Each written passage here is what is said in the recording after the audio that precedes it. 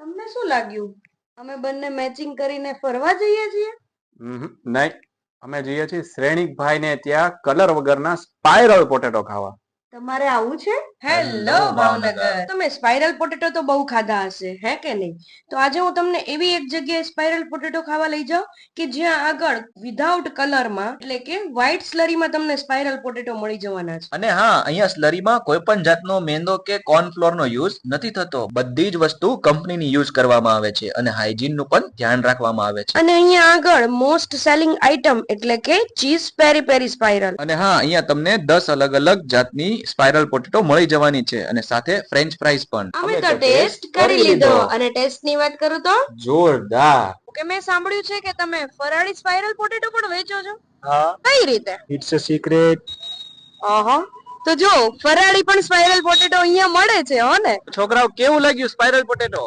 બહુ મજા આવી. તો તમે પણ જલ્દીથી આવી જાઓ શ્રેણિકભાઈ ને ત્યાં સ્પાઇરલ પોટેટો ખાવા. લોકેશન સ્ક્રીન પર આપેલું જ છે.